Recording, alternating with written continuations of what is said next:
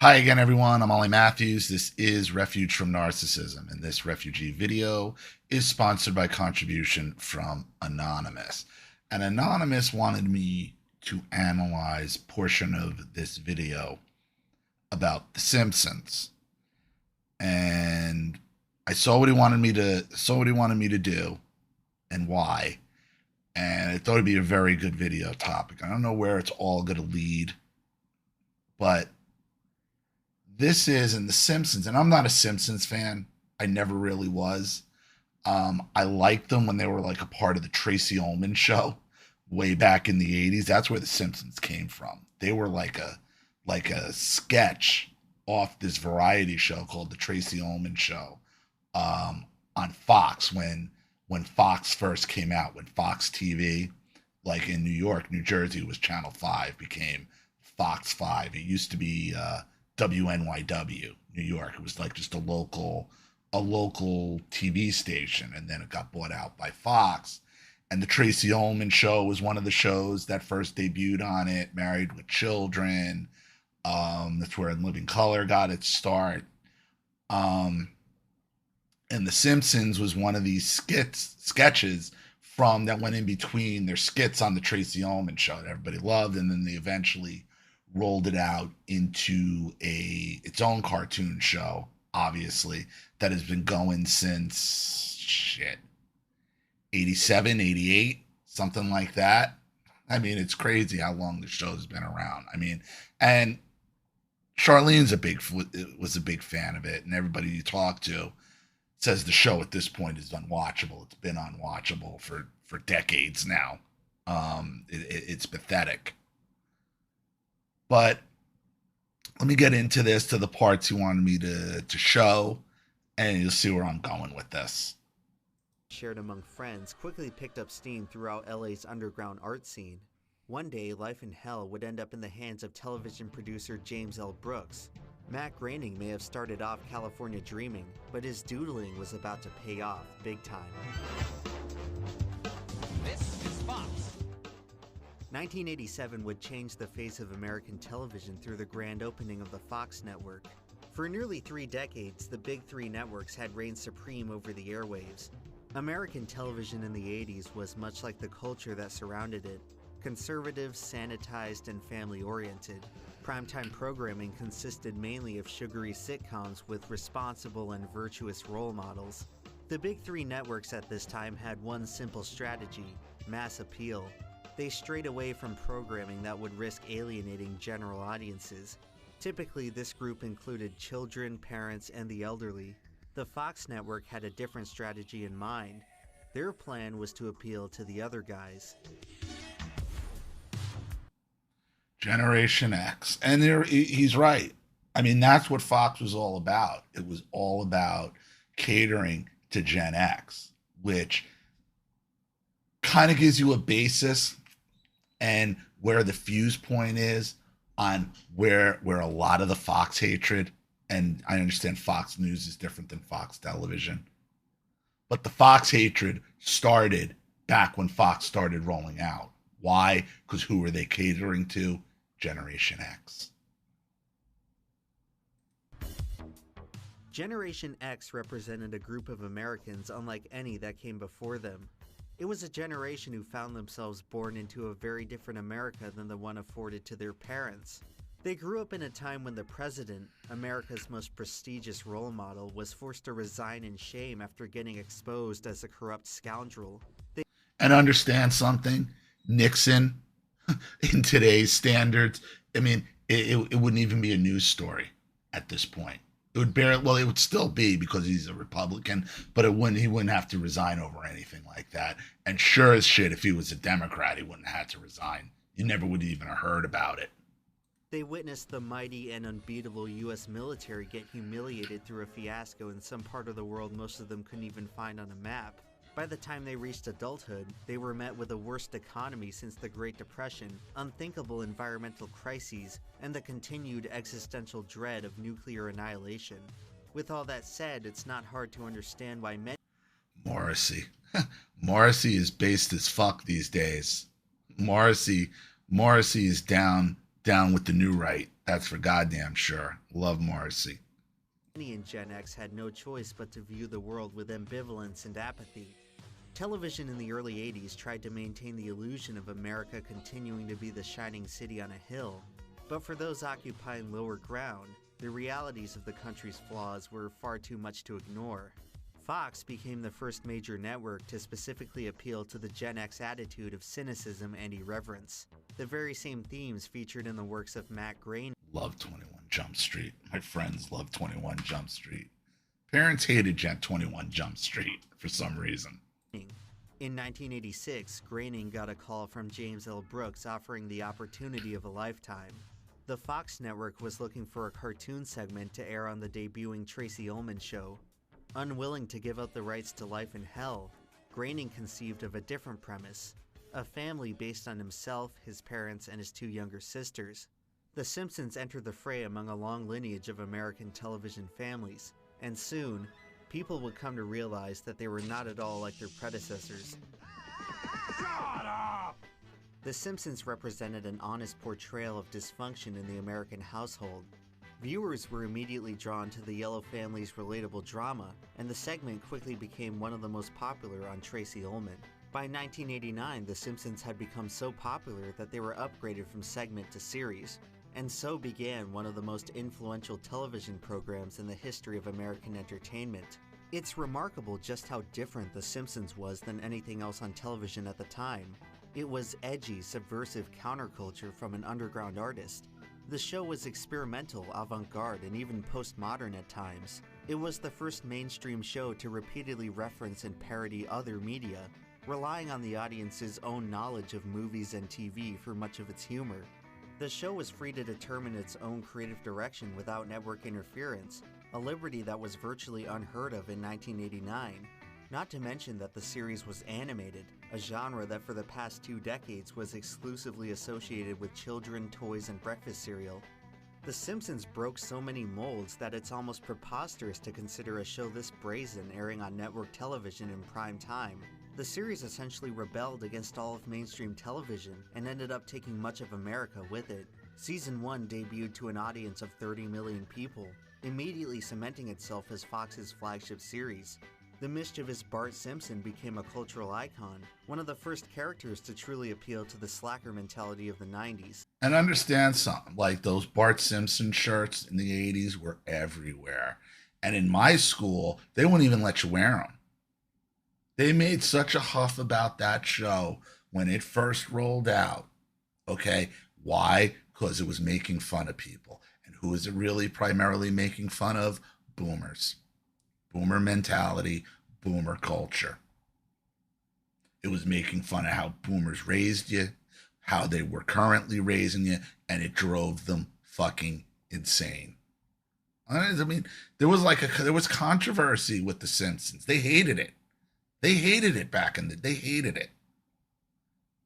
And like with all things Gen X, they're either going to destroy it or they're going to take it over and make it something else and destroy it that way, which is exactly what happened, I think, with The Simpsons and what happens with a lot of these other shows that are Gen X created, i.e. Family Guy, South Park at this point. Everybody thinks South Park is still so based. It's not. It's not. Still like it.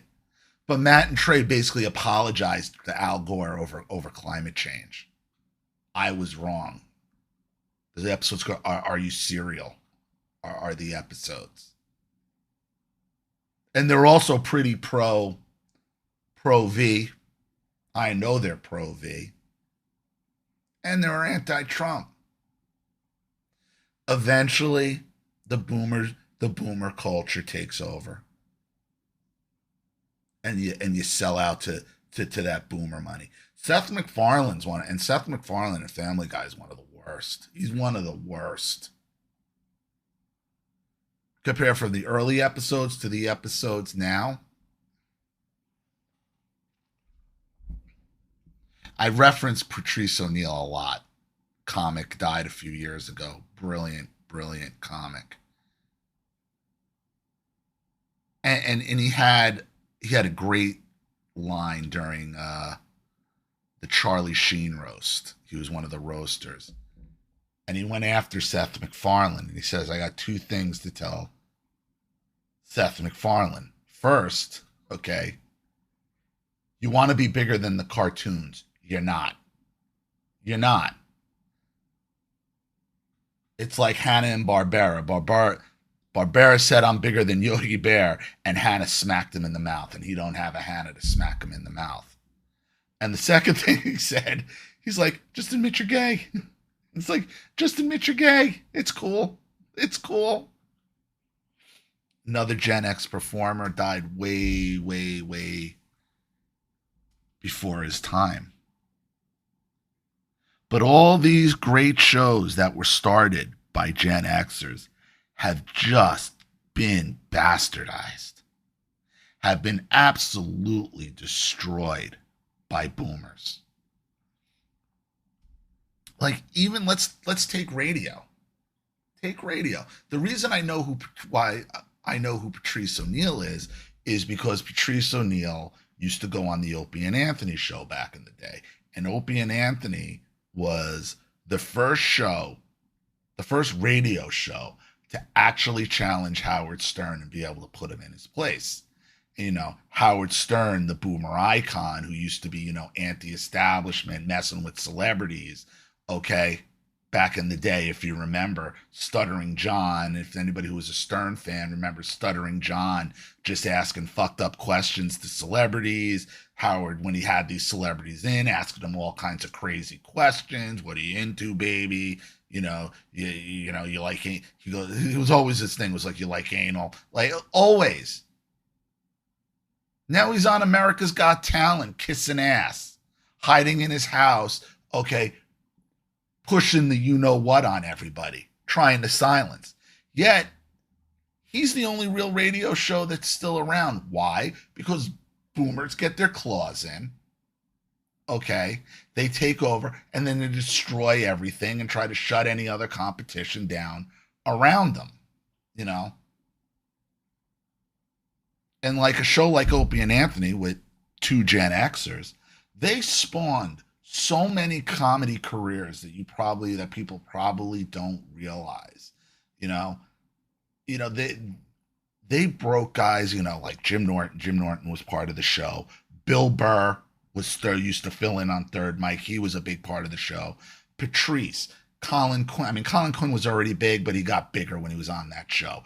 Joe Rogan used to go on that show all the time. Jay Moore used to go on that show all the time. Jim Brewer was a regular on that show. Louis Black was a regular on that show. Louis C.K., before anybody knew who he was a regular on that show. Like, those guys, those Gen Xers, that Gen X show broke so many comics. So many comics that you know today. Bobby Kelly, that's another one. Rich Voss, that's another one. These are all like mainstream comics that most people, you know their names. Howard Stern never broke anybody. Howard Stern did nothing that didn't benefit himself. And that's why when Opie and Anthony came along in like the late 90s, there was a huge Gen X shift from Howard to O&A. Now, Howard still had the bigger audience because he still had the fucking boomers that hang on and protected him. And now it's just a joke what he's doing on Sirius. It's an absolute fucking joke. But these guys like O&A and the Gen Xers, they were promoting other people. Howard Stern didn't promote anybody but himself. He didn't break one comic you'd ever heard about. Nobody. He was in the business of tearing everybody down. And that's what the boomers did to us. They tear everything down. That's what the boomers did to this show. The corporate boomers took it over, and now this show has been on for 32, 33 seasons. Nothing can stay relevant, funny, you know, good for 33 years. See, The Simpsons is the perfect example of when you let boomers in, because they will ride it for everything they can get out of it and destroy it on the way down while they're doing it. And this has basically been the entire, I mean, this is a small microcosm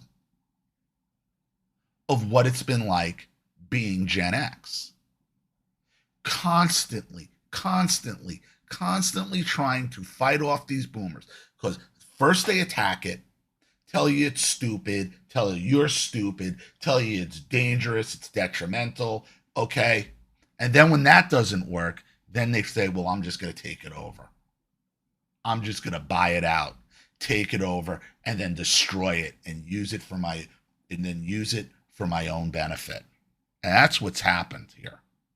And it's a sad thing.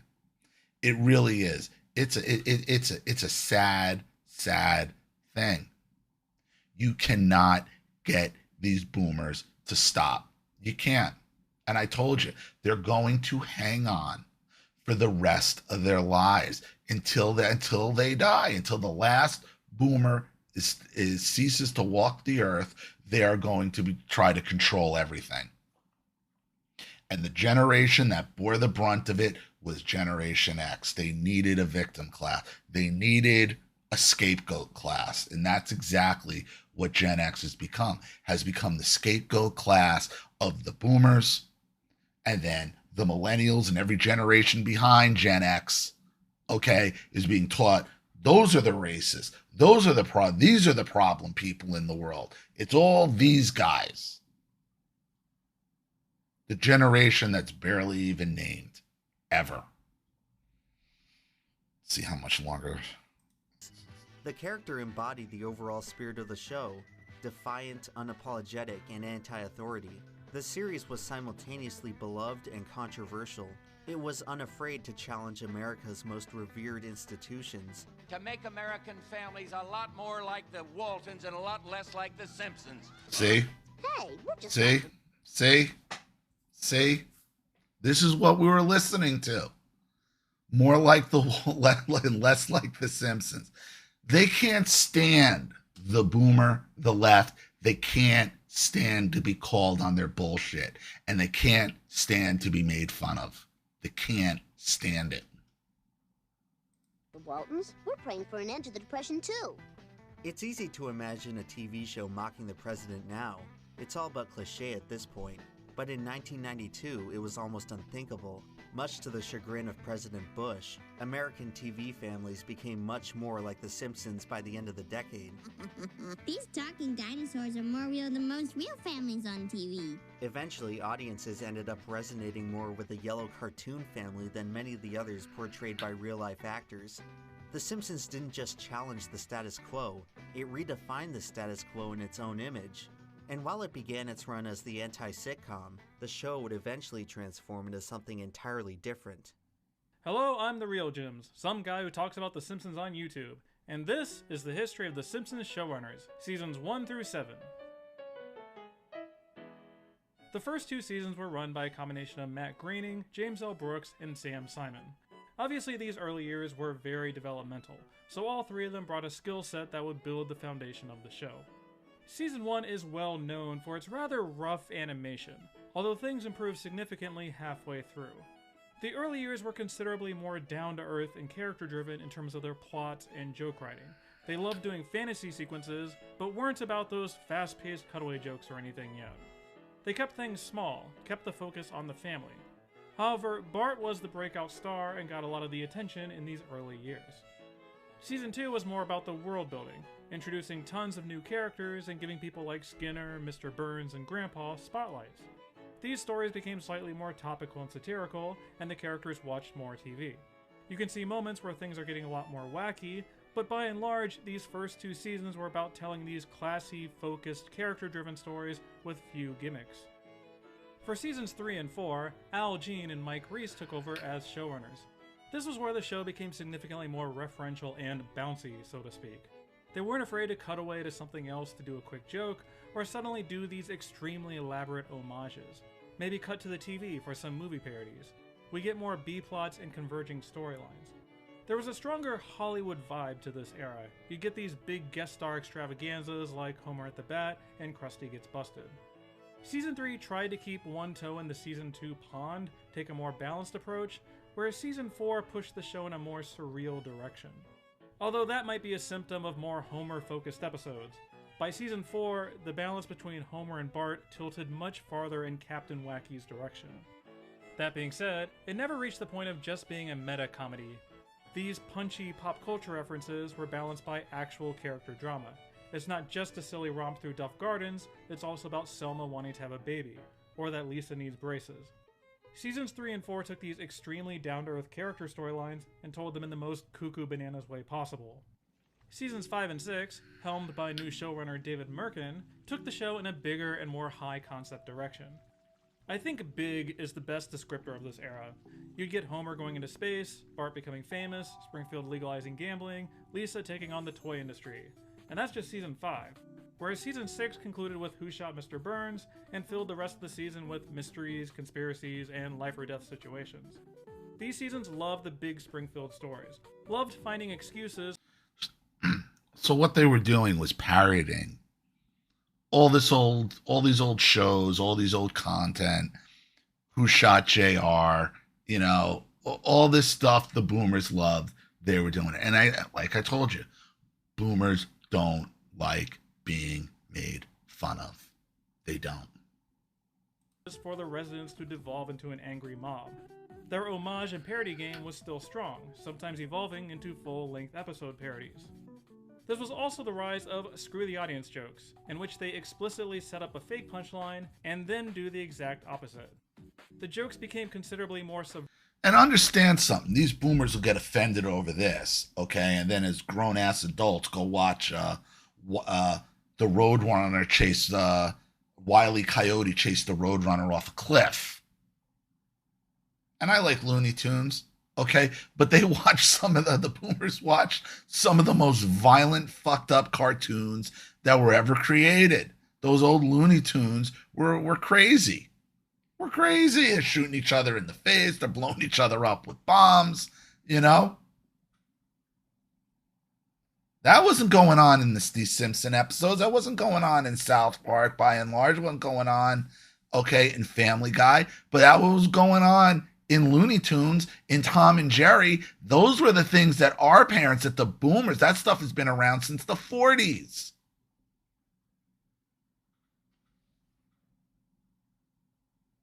So don't buy that it's all about the violence on TV and the cartoons. No, they didn't give a shit about it when they were growing up in the 50s and 60s and 70s.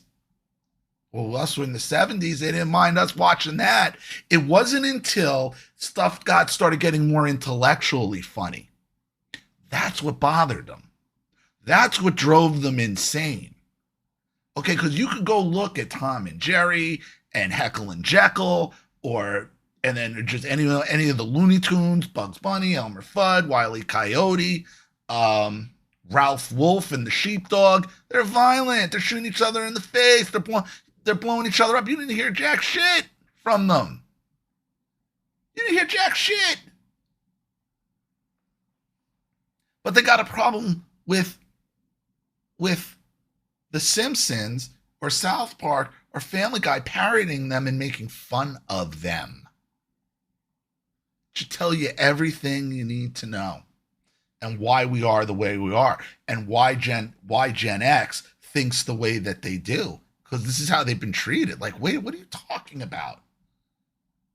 You know, you guys raised us, you put us in front of TVs and put on these same cartoons you watched, Looney Tunes, Tom and Jerry, all of them, Wacky Racers, all of them. Had no problem. They didn't start having problems until they started getting parodied intellectually. Subversive and sarcastic, constantly playing games with the audience. There's a higher sense of self-awareness here. The audience has seen a lot of their tricks already, so they gotta keep us guessing. Veteran writers Bill Oakley and Josh Weinstein took over the show in seasons 7 and 8. Season 7 took the subversiveness and meta-humor of the previous year and applied it to the types of stories from the early years. There was more of an emphasis to bring things back to the family, tell these emotional character stories like Mother Simpson and Home Sweet Home Diddly Dum Doodly. But it wasn't just a throwback, they took a more experimental approach. Let's do an extremely mundane and observational simulation of George Bush. Now let's do a bunch of short sketches and Pulp Fiction homages. Season 7 loved experimenting with its characters, putting them in these strange, high-concept situations and deconstructing who they actually are. By now, it should be clear that the show had evolved into something far beyond a simple riff on the 80s sitcom. But this isn't even close to its final form. In Season 8, they pushed things even further. Season 8 of The Simpsons would mark the final run of the Oakley and Weinstein era. Many consider it the last hurrah of The Simpsons' golden age, but before their departure, the showrunners were about to take the series to strange new places. Season 8 features the most ambitious and experimental episodes that The Simpsons has ever produced. It pushed the concepts and characters within the show to their absolute limit. The episodes were perhaps the most self-aware and meta in the history of the series. They didn't stop at just breaking the fourth wall. At times, they deconstructed the television industry at large, and on one occasion, The Simpsons went so far as to deconstruct itself. It is the most ambitious and high-concept episode of The Simpsons' most ambitious and high-concept season. At long last, we have arrived at Homer's enemy. It's an episode that presents The Simpsons in their natural habitat, but with a single addition. Frank Grimes was created not just as a foil for Homer, but as a foil to the series itself. In many other settings he would be a hero, but in Springfield, USA, there is no greater antagonist. Grimes is a prime example of a sympathetic villain. His work ethic is admirable and his struggle is relatable. With Frank Grimes, The Simpsons succeeded in making an antagonist so compelling that he made the audience start to resent the protagonist. Grimes presents a scathing critique of Homer Simpson, the flagship character of the series. What are you saying? I'm saying you're what's wrong with America, Simpson. Homer's enemy confronts the most confounding issue of our time, inequity. The character of Frank Grimes was conceived to resemble actor William H. Macy, who often portrayed downtrodden working-class roles. Grimes would end up being voiced by longtime Simpsons cast member Hank Azaria, who delivered what is in all likelihood his greatest performance of the series. Azaria described Who then had to apologize for doing the voice of Abu, the Indian store owner. I mean, that's where The Simpsons ended up, having to take the whole character out and apologize for having a white actor voice him. I mean, this is where it was. the performance as the most emotional and meticulous he had ever attempted. His goal was to portray Grimes with a seething passion underneath a totally calm exterior. Such is the temperament of many working-class people today. Everyone knows what it's like to be treated unfairly. It's one of the most frustrating experiences imaginable. When we contribute to society, we do so under the expectation that our effort will be rewarded. This doctrine is the essence of the American dream. What does it mean to be American? It's a question that will remain forever contested depending on who you ask. But in my humble opinion, the spirit of the United States is rooted in ambition and discontent. Ambition creates discontent. The desire to change the status quo drives people to demand something greater. It's what drives people to give up everything they ever knew and cross an ocean. It's what drives people to overthrow the most powerful monarchy in the world. It's what drives people to venture into parts unknown in search of gold, oil, and whatever else that might make tomorrow a better day. The American frontier saw people risk everything for the opportunity of prosperity and individual liberty.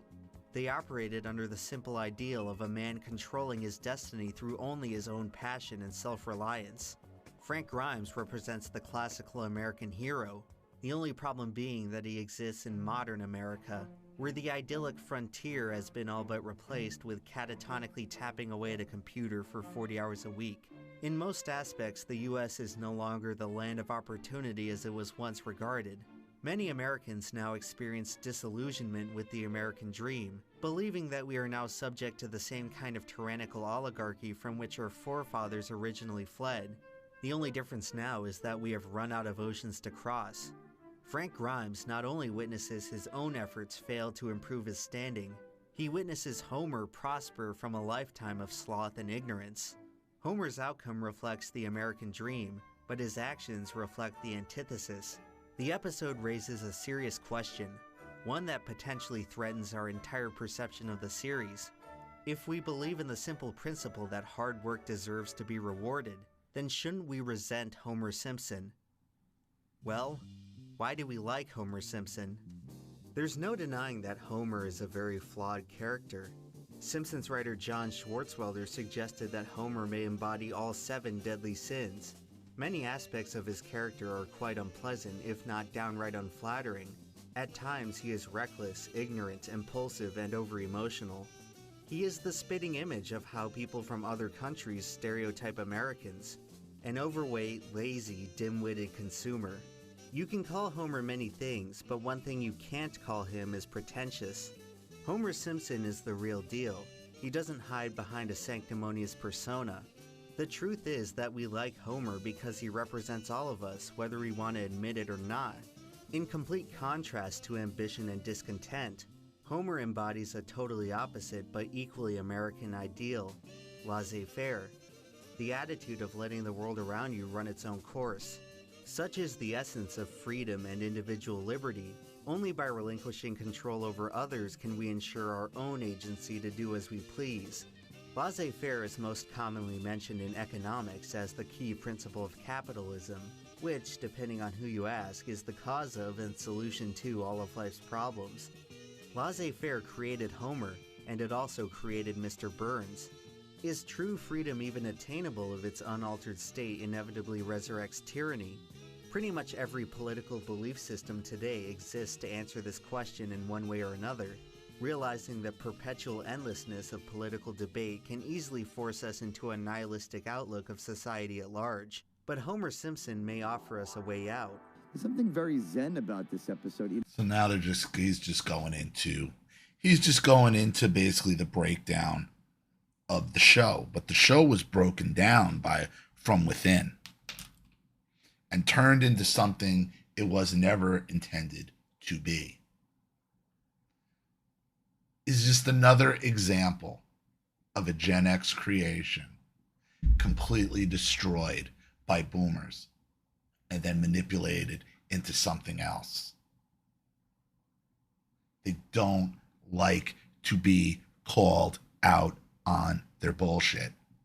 The reason why he's so laissez-faire is because he's working a meaningless job pushing buttons, okay, that supports an oligarchy, and they don't want to be made fun of. They have no problem. They have no problem with violence and blowing things up and sexual talk, okay, as long as they're not blamed for it, as long as they're not intellectually called out. And that's exactly what these shows used to do back in the day. And that's why they had to destroy them. And sometimes you can destroy something by just letting it keep on going. And that's really what they've done. 30-something seasons. I mean, this is since 1988, this show. How is that even possible? How could you even keep anything relevant for that long? I mean, it's kind of embarrassing. It really is. I mean, I see previews for The Simpsons and I get cringy. I'm like, how? How is this even still relevant? I say the same thing about South Park, too, at this point. They should have ended South Park, okay, at the episode You're Getting Old. That's where I thought, because they kind of left it hanging there. Where Stan was like, I'm kind of over you guys and I'm over all this. Everything looks like shit. Everything you guys say sounds like shit. Everything you do is shitty. And then they brought it back the next season and completely revamped it. And then did a whole different thing with the show. And it wasn't off the cliff. It wasn't like a drop off like The Simpsons was, even though I didn't really watch The Simpsons. It's been gradual. And if you guys think that guys like Matt and Trey are these, are these fighters, and they're not. They're not. They basically apologize to Al Gore. They're all about the shot. They hated Trump to this day, and they won't admit it. And now they announced like another 9, 10 seasons. Like, how? And what, 7 movies and 9, 10 seasons that South Park announced? How? They're doing the same thing they're doing to The Simpsons. They're going to kill it. They're going to kill it by extending its life and just making it unbearable. Just like The Simpsons. Just like the Boomers. Hang on forever instead of going away and retiring. Hang on and becoming insufferable and unbearable forever. So, I'm going to wrap that up here. Thank you to Anonymous for the contribution and the video request. I really appreciate it. Thank you to everybody watching. Please leave any opinions in the comment section below. And again, if you want your story read on the channel, you have a topic you'd like me to cover, something you'd like me to expose, you'd like to set up a Skype phone call, have a private video made, you'd like to sponsor a video like this for someone who needs help and can't afford it, or just make a contribution to the channel in general to keep it supported, growing, and successful, because this channel survives 100% on contributions from all of you. Without you guys, all of this goes away. So if you like what you see here and you want to see more videos like this, you know what to do with the PayPal, Cash App, or Zelle links in the description box below. Also, please like and share this video wherever you can. Subscribe to my channel if you haven't. And be sure to click the subscription bell to be notified of all my video uploads. I'm Ollie Matthews. This has been Refuge from Narcissism. Take care, everyone.